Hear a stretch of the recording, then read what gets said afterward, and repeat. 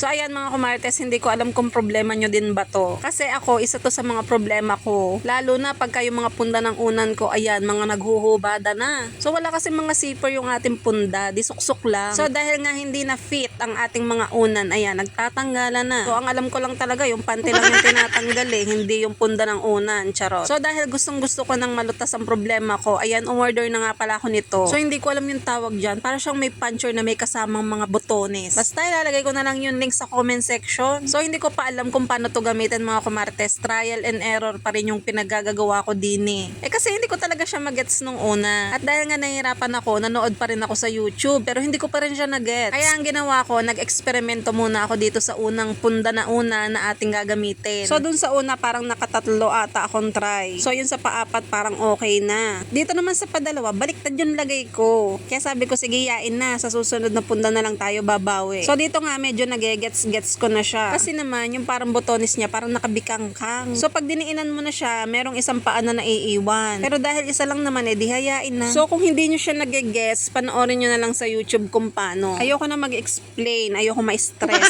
So dahil baliktad nga yung aking pagkakalagay, hindi ko na inayos. Kasi ang mahalaga lang naman sa akin hindi na matanggal yung punda ng unan. So dito tayo babawi sa pangalawang punda. Kailangan tama na yung pagkakagawa natin. So dito nga nagegets-gets ko na siya, kaya medyo tama na yung ating pagkakalagay. So ang problema ko lang talaga dito kasi yung paa niya, kailangan medyo pasok siya dun sa kapartner niya para hindi siya lumabas yung paa. Kaya ayan mga kumartes, ang ginawa ko, medyo pinasok ko siya ng kaunti para magsakto doon sa kanyang kapartner. Kasi pag hindi talaga siya sakto, humihiwala yung mga paa, ang pangit. Nakalabas yung mga paa tapos matalas. Ang inaalala ko baka makasugat pa. So dito nga, didiinan nyo lang siya. So dito nga, inayos ko ulit yung paa para magsakto dun sa kanyang kapartner. Sinisilip ko pati kung sakto para hindi lumabas yung paa. So ayan, perfect. Dahil nga nagets ko na siya, ito naman payong ko ang lalagyan natin. Wala na kasi tong lock. Kaya ang ginagawa ko, tinatali ko na lang siya. Napakaraming gamit nga nito mga kumartes kasi kahit dun sa mga damit nyo na may mga botones, tapos nawawala yung botones, pwede nyong itong ipalit. Ay ako naman, halos lahat ng punda ko walang mga zipper. Kalimitan naman yung iba sira na, kaya ayan, magagamit natin siya talaga. Kahit dun sa mga zipper na sira na, pwede nyo itong ipalit. So ayan mga kumartes, kita nyo naman, nakailang try nga ako. Ayan yung sinasabi ko sa inyong paa. Nakatayo yan, kaya kailangan ipasok nyo ng kaunti. So kahit naman marami kayong ma-NG dyan, marami naman pamalit. Kasi ayan, kita nyo naman, napakadami. Kaya marami na rin kayong malalagyan niyan. So ang pinili ko nga ay yung may iba't ibang kulay para aesthetic. So kung want nyo nga din ito, ilalagay ko na lang ang link nito sa comment section.